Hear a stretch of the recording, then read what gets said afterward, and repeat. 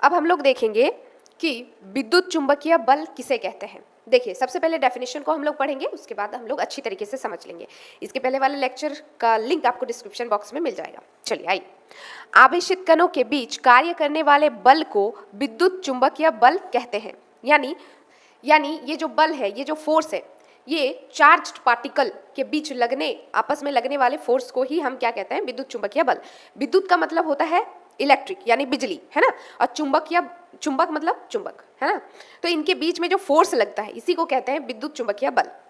चलिए, आवेशित कणों के बीच कार्य करने वाले बल को हम कूलाम के नियम द्वारा स्पष्ट किया जाता है। इसको ये आप क्लास 12th फिजिक्स में वेरी फर्स्ट चैप्टर में कूलाम का नियम में आप डिटेल में सीखने वाले हो। वैसे मैं आपको यहाँ पर भी थोड़ा बहुत बता दूंगी। यह बल आकर्षण तथा प्रतिकर्षण दोनों हो सकता है। यह बल कूलाम के नियम का पालन करता है। साथ ही साथ मैं और एक चीज आपको बता देना चाहती हूँ कि ये जो बल है ना, ये अगर इसके बीच में यानी चार्ज पार्टिकल के बीच में ये लगता है, यहाँ पर आप देख सकते हो, यही कहा है कि आवेशित कणों के बीच कार्य करने वाले बल को विद्युत चुंबकीय बल कहते हैं। तो ये जो बल है, ये जो फोर्स है, दोनों चार्ज पार्टिकल के बीच की जो डिस्टेंस है, दूरी है, इसको अगर हम कम रखें तो ये अधिक प्रभावी होता है ये बल। लेकिन जब हम इनके बीच की डिस्टेंस यानी दूरी को बढ़ा देंगे तो इस बल का प्रभाव जो है वो कम हो जाएगा और ये एक संरक्षी बल है। आइए थोड़ा बहुत कूलाम के नियम को भी देख लेते हैं, जो कि आप क्लास 12th में तो डिटेल में सीखने ही वाले हो, लेकिन आपको थोड़ा बहुत आइडिया यहाँ पर भी होना चाहिए। देखिए, सपोज ये हमारा एक पार्टिकल है जिस पर चार्ज क्या है? Q1 है, ठीक है। ये एक दूसरा पार्टिकल है जिस पर चार्ज क्या है? Q2 है सपोज, और इनके बीच में जो डिस्टेंस है वो सपोज R है, ठीक है। तो इन दोनों चार्ज्ड पार्टिकल पर के बीच में फोर्स, इन दोनों चार्ज्ड पार्टिकल के बीच में फोर्स काम करेगा। तो कूलाम का नियम क्या कहता है कि ये फोर्स इक्वल टू होगा K times of Q1 into Q2 बटे में R²।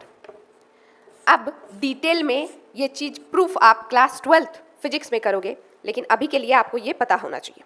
और एक चीज मैंने आपसे कहा था कि ये जो बल है विद्युत चुंबकीय बल, ये चार्ज पार्टिकल के बीच में अगर हम डिस्टेंस को यूं बढ़ा दें तो इस फोर्स का जो प्रभाव है वो कम हो जाएगा, और जितना हम कम डिस्टेंस रखेंगे ये फोर्स उतना ही अधिक प्रभावी होगा, ठीक है।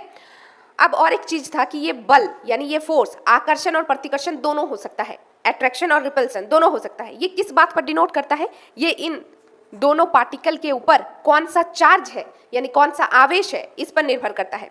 आवेश दो प्रकार के होते हैं, एक धनात्मक आवेश यानी पॉजिटिव चार्ज और एक ऋणात्मक आवेश यानी नेगेटिव चार्ज। ओके, एक पॉजिटिव चार्ज और एक नेगेटिव चार्ज। तो अगर फर्स्ट ये पार्टिकल नंबर 1 है, ये पार्टिकल नंबर 2, तो अगर पार्टिकल 1 में चार्ज प्लस है यानी धनात्मक आवेश है और पार्टिकल 2 में भी धनात्मक आवेश है, तो इनके बीच में जो फोर्स होगा, जो बल होगा, वो प्रतिकर्षण बल होगा, क्योंकि एक जैसे आवेश एक दूसरे को प्रतिकर्षित करता है। और अगर विपरीत आवेश हो, एक धनात्मक हो एक ऋणात्मक यानी एक पॉजिटिव एक नेगेटिव, तो ये एक दूसरे को अट्रैक्ट करता है यानी आकर्षित करता है। तो यहाँ पे आकर्षण बल काम करेगा। लेकिन अगर दोनों में प्लस प्लस है तो प्रतिकर्षण बल लगेगा, ये जो फोर्स होगा ये प्रतिकर्षण फोर्स होगा यानी प्रतिकर्षण बल होगा।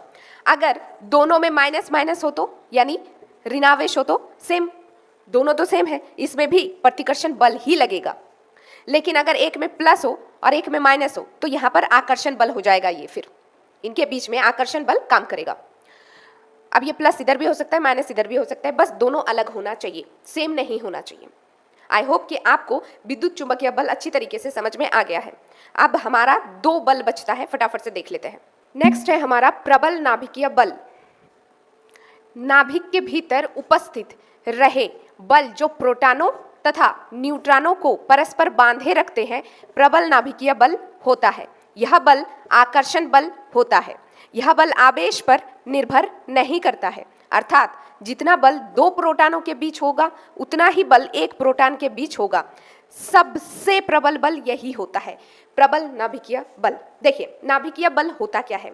किसी भी परमाणु में यानी किसी भी एटम में इलेक्ट्रॉन, प्रोटॉन और न्यूट्रॉन मौजूद होता है ना।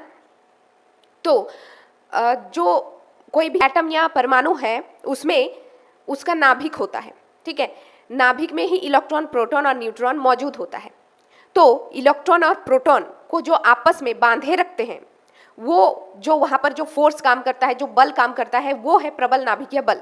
और ये अब तक जितना भी हमने बल पढ़ा है, सबसे प्रबल यही बल है, यानी नाभिकीय बल। ठीक है। और ये चार्ज यानी आवेश पर निर्भर नहीं करता है। अर्थात अगर दो प्रोटॉन है यानी दो में प्लस प्लस चार्ज है, उनमें जितना बल यानी जितना नाभिकीय बल लगेगा उतना ही एक प्रोटॉन में लगेगा। अर्थात ये बल जो है पूरी तरीके से चार्ज से फ्री है, यानी ये आवेश पर निर्भर नहीं करता है। हमारा आखिरी बल है दुर्बल नाभिकीय बल। यह बल भी प्रबल नाभिकीय बल की ही तरह लघु परास वाला बल होता है। यह बल भी कूलाम के नियम का पालन करता है। यह बल कम दूरी पर प्रभावी होता है एवं दूरी अधिक होने पर इसका प्रभाव नहीं होता है। यह बल गुरुत्वाकर्षण बल से प्रबल होता है एवं नाभिकीय बलों से दुर्बल होता है। देखिए, दुर्बल नाभिकीय बल क्या है? ये गुरुत्वाकर्षण बल से अधिक होता है परंतु नाभिकीय बलों से कम होता है। ये कूलाम का नियम उसी प्रकार से पालन करता है जैसे कि नाभिकीय बल करता है, लेकिन ये लघु परास वाला बल है, यानी कम दूरी पर ये बल जो है ये प्रभावी होता है, दूरी बढ़ाने पर ये प्रभावी नहीं हो पाते हैं। चलिए मिलते हैं नेक्स्ट पार्ट में।